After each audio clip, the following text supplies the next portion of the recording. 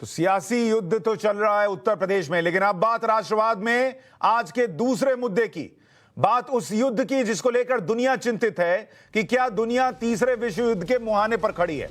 क्या रूस ने तीसरे विश्व युद्ध का सायरन बजा दिया है?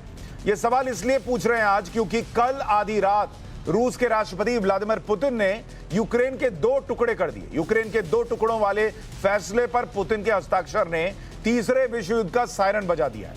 पुतिन ने डोनेत्स्क लुंस्क को स्वतंत्र देश घोषित कर दिया। इस फैसले के बाद दुनिया में दहशत का माहौल है। अमेरिका समेत कई देश रूस के इस फैसले के खिलाफ हैं। पुतिन के फैसले के बाद यूएन ने इमरजेंसी बैठक बुलाई। वहीं यूक्रेन का दावा है कि रूस सेना के हमले में उसके 2 सैनिकों की मौत भी हो गई है। इस बीच भारत ने यूक्रेन में शांति व्यवस्था बनाए रखने और बातचीत से मुद्दे का हल निकालने की अपील की है। ऐसे में सवाल यह कि वर्ल्ड वॉर के लिए पुतिन का हस्ताक्षर हो गया है क्या?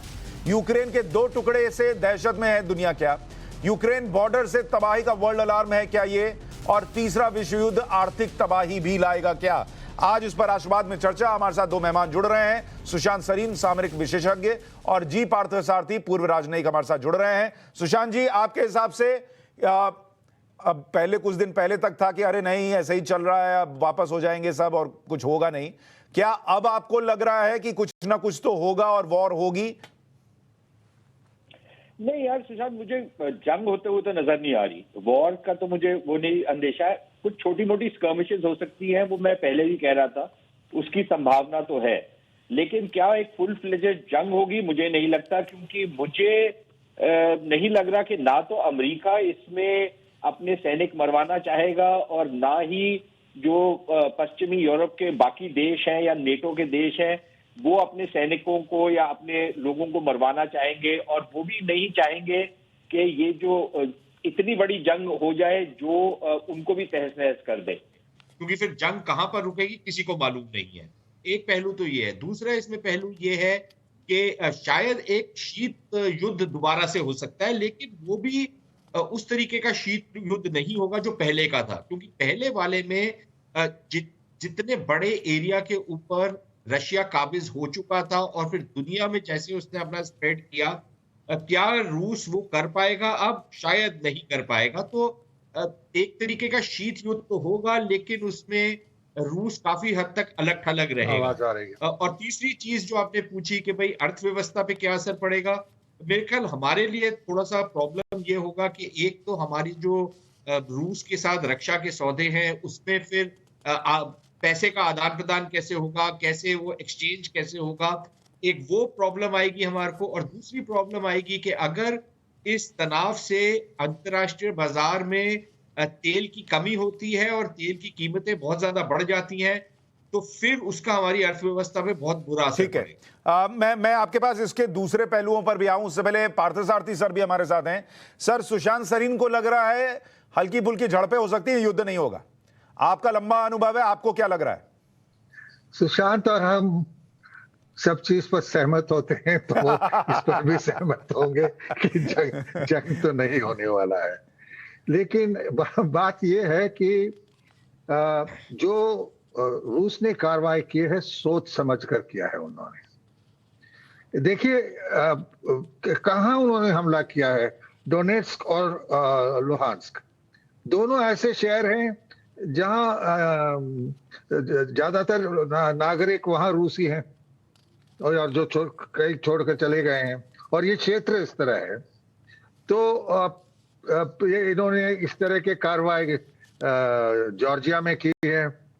कुछ दिन पहले ये यहाँ भी की है, ये दक्षिण इलाकों में। तो जैसे कि जहाँ नौसेना के अड्डे हैं, जहाँ पोर्ट्स हैं, ओडेसा जैसे, जहाँ हमारा व्यापार होता है, उन पर कब्जा किया है। और 2014 को अंतर्राष्ट्रीय समुदाय ने क्या किया? कुछ नहीं। पूरे दक्षिण प्रांत को कब्जा किया, सागरी इलाके को कब्जा किया रूस ने। तो हाँ, चिल्लाएंगे जरूर, कुछ प्रतिबंध लगाएंगे, उस पर हम पे तो कोई असर नहीं पड़ना है। सर लेकिन इसमें और एक प्रश्न सुशांत अच्छी है तरह जो मैं आप जानते दोनों हैं के कि जहाँ सामने तक रखता हूं, एक राय आप दोनों की है कि भाई युद्ध नहीं नहीं होने नहीं वाला। नहीं, एक बात है, हाँ। जहां तक इसके पेमेंट्स का सवाल है, हमारी कोई समस्या नहीं है। हम तो रुपए पर रूस के साथ 50 साल व्यापार कर रहे थे, तो कौन सी नई बात है, ये भी हम देख लेंगे।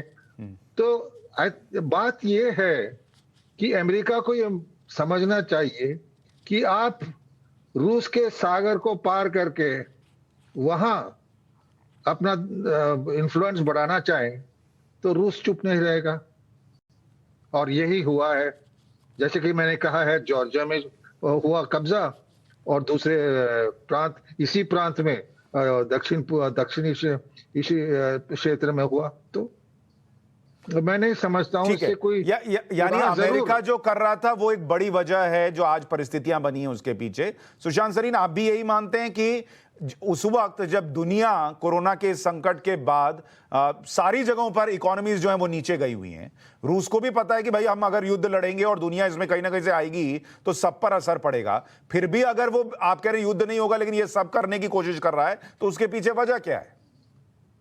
नहीं, उसके पीछे वजह तो बड़ी साफ है। वो उनकी अपनी जो सुरक्षा की एक परसेप्शन है, जिसमें वो मानते हैं कि जिस तरीके से लगातार नेटो का एक्सपेंशन हुआ है पूर्वी यूरोप में, और बिल्कुल वो रूस के बॉर्डर पे आ चुके हैं, और उससे रूस को एक खतरा महसूस होता है। किसी भी देश को या जो एक महाशक्ति हो, अगर उसके बैकयार्ड में इस तरीके की चीज होगी तो वो रिस्पॉन्ड करेगा। अमेरिका ने भी किया था 1960 में, क्यूबा में किया, उसके बाद के दशकों में 1980 के दशक में अगर कोई भी कम्युनिस्ट हुकूमत आती थी एल साल्वाडोर में, होंडुरस, तमाम जो सेंट्रल एशियन स्टेट्स हैं, सॉरी लैटिन अमेरिकन स्टेट्स हैं, वहां पर अमेरिका जाकर हस्तक्षेप करता था। देखिए, इसमें मोरालिटी का सवाल नहीं है, इसमें अंतरराष्ट्रीय राजनीति चल रही है और सिंपल पावर प्ले चल रहा है। और जब महाशक्तियां आपस में लड़ती हैं तो हमारे जैसे जो देश हैं, हमारे को बीच में से अपना कहीं ना कहीं रास्ता निकालना पड़ता है कि इन दोनों की लड़ाई में हम ना दब के हमारे ऊपर कोई असर ना पड़े। लेकिन मुझे लगता है कि अगर पश्चिमी देशों द्वारा बहुत ज्यादा स्ट्रिक्ट प्रतिबंध लगते हैं रूस के ऊपर, तो हमारे लिए प्रॉब्लम्स बढ़ेगी। हमारे लिए इसलिए भी बढ़ेगी क्योंकि जैसे हमने देखा ईरान के साथ जब उस तरीके की सैंक्शंस लगी तो हम ईरान के साथ फिर तेल का आदान प्रदान हमारे को रोकना पड़ा। वही चीज अगर आप रूस के साथ करते हैं तो हमारे लिए प्रॉब्लम्स बहुत ज्यादा बढ़ जाएंगी, क्योंकि हमारे लिए जो ज्यादा बड़ी प्रॉब्लम ये है कि हम इतने ज्यादा प्लग्ड इन हैं पश्चिमी देशों की अर्थव्यवस्था के साथ। हमारी अर्थव्यवस्था लगभग 40% हमारी जीडीपी जो है फॉरेन ट्रेड से आती है, और उसका बड़ा हिस्सा जो है वो पश्चिमी देश या उनके जो इत्यादी हैं उनके साथ है।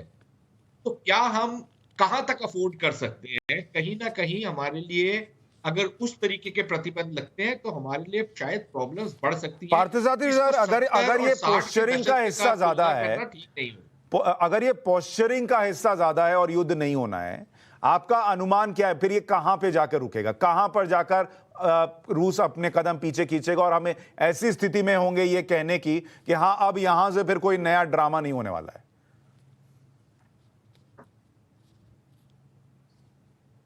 ये सवाल किससे है? आपसे सर, आपसे। हेलो सर, आपसे है सवाल। सवाल आपकी आवाज नहीं आ रही है सर, आपसे है सवाल पार्थसारथी सर। हेलो सर, आपको आवाज आ रही है?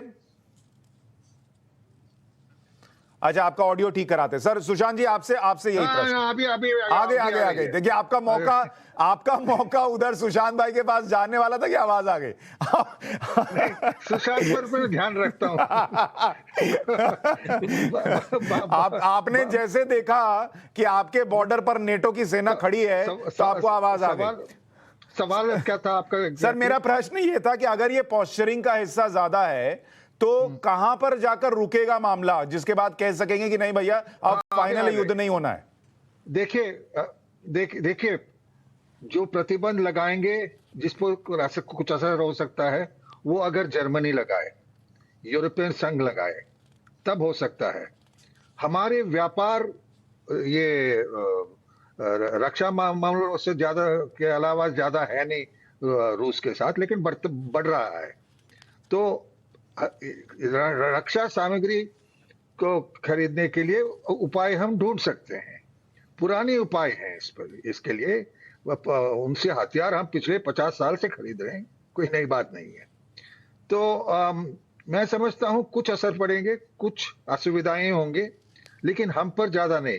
बात ये है कि अमेरिका ये समझे कि वो अपने जो प्रेजेंस है वो सीमा पार करके वहां रख सकते हैं यूक्रेन में।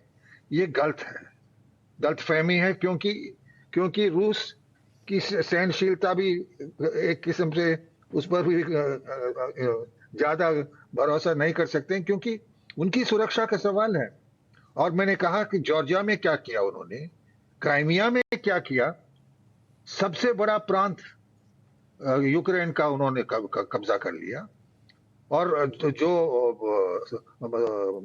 महासागर के लिए जो रास्ता है अपने लिए खोला, जो सदर्न यूक्रेन से। तो रूस ये चीजें करेगा और संबंध बिगड़े जा रहे हैं। लेकिन जैसे कि हमारे साथ द्विपक्षीय कुछ समझौता कर लेंगे, पेमेंट्स वगैरह, वो चीन के साथ भी वैसे ही होगा।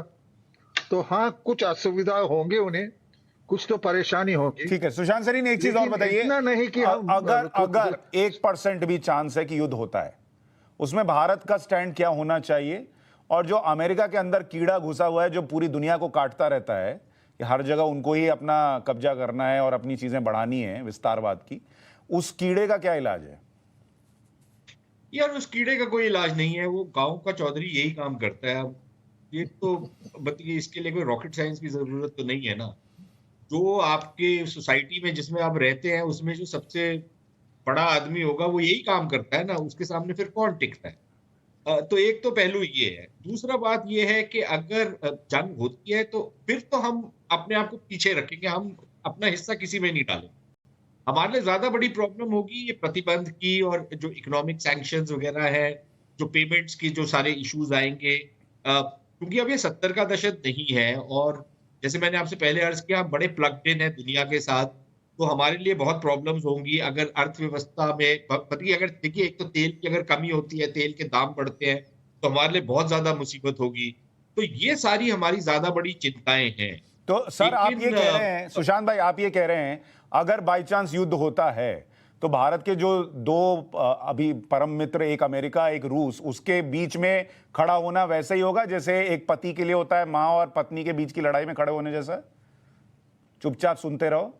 ये एनालॉजी तो अच्छी है आपकी, लेकिन उसमें भी देखिए वो आदमी मरता है ना माँ और बीवी के बीच में, तो बेचारा, तो हमारे तो उस बेचारे आदमी की तरह हमारे देखिए। लेकिन जंग तब तक नहीं होगी अगर नेटो अंदर नहीं घुसता यूक्रेन में, यूक्रेन को सदस्यता नहीं मिलती नेटो की, तो मेरे ख्याल इस तरीके का तनाव जरूर रहेगा, नेटो की मदद रहेगी यूक्रेन को, लेकिन रूस उनके ऊपर आक्रमण करके उनके ऊपर काबिज होगा शायद नहीं होगा। आवाजें अब आनी शुरू हुई हैं रूस से कि भाई हम यूक्रेन को कभी भी आजाद मुल्क नहीं बनना चाहिए था, वो अब कल से आनी शुरू हुई आवाजें। अभी तक तो हम भी यही उम्मीद रखते हैं सर कि जो आप दोनों कह रहे हैं, आप दोनों की बात सही हो और युद्ध ना हो, वो दुनिया के लिए बेहतर स्थिति होगी। बहुत बहुत शुक्रिया आप दोनों का आज पूरी चर्चा में जुड़ने के लिए। राष्ट्रवाद में एक छोटे से ब्रेक के लिए रुक रहे हैं।